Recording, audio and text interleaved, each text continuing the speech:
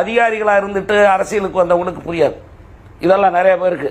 இப்போ நிறைய பேர் அதில் வந்து ஏதோ கூகுள் சர்ச்சில் போட்டுக்கிட்டு ஒரு 10 பேர் ஆளுகளை போட்டுக்கிட்டு அதை வச்சுக்கிட்டு அரசியலில் வந்து அறிக்கை விட்டுக்கிட்டு பேசிக்கிட்டு இருக்கிறவனை தூண்டி விட்டுக்கிட்டு இருக்கிறவங்க இருக்காங்க. ஆனால் அவங்களுக்கெல்லாம் புரியாது அரசியல் கட்சியுடைய நடைமுறைகள், அரசியல் கட்சியுடைய அனுபவங்கள்.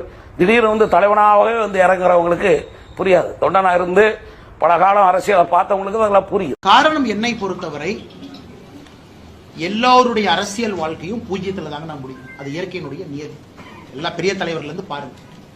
ஏன்னா ஃபைனலா பதவியெல்லாம் இல்லாம தோல்ல துண்டை போட்டு வீட்டுக்கு போகணும். அப்படித்தான் அரசியல்வாதியினுடைய வாழ்க்கை இருக்கணும். யாருமே ஹைலி எல்லாம் அரசியல் வாழ்க்கையை முடிக்க முடியாது. பதவி இல்லாம தான் போவீங்க. அது எல்லோருக்கும், தொண்டருக்கும் பொருந்தும், தலைவனுக்கும் பொருந்தும், எல்லோருக்கும் பொருந்தும். நான் அப்படித்தான் என்னுடைய அரசியல் வாழ்க்கையை பார்க்கறேன். யாருமே இங்க பெர்மனன்ட் பவர்லாம் வரல. செகண்ட் குரூப்பிசம், லொட்டு லொசுக்கு அந்த பஞ்சாயத்துல எங்கிட்ட கிடையவே கிடையாது. எல்லோரையும் ஒரே மாதிரி பார்க்கக்கூடிய ஆளுங்க. அதே நேரத்தில் நாம வாழுகின்ற வாழ்க்கை என்பது 80 வயசு 90 வயசு அதுக்குள்ள நல்லது பண்ணிட்டு போகணும். பெர்மனண்டா நான் தான் உட்கார்ந்துருப்பேன். இது ஏன் ஊரு, எம் சேரு. நான் பதவியில் இருக்கும் பொழுதே தலைவர் பதவியை வெங்காயம் சொன்னாங்க. ஏன்னா வெங்காயத்தை உரிக்க உரிக்க உரிக்க ஒண்ணுமே இருக்காது. அது மாதிரி தான் லைஃப்.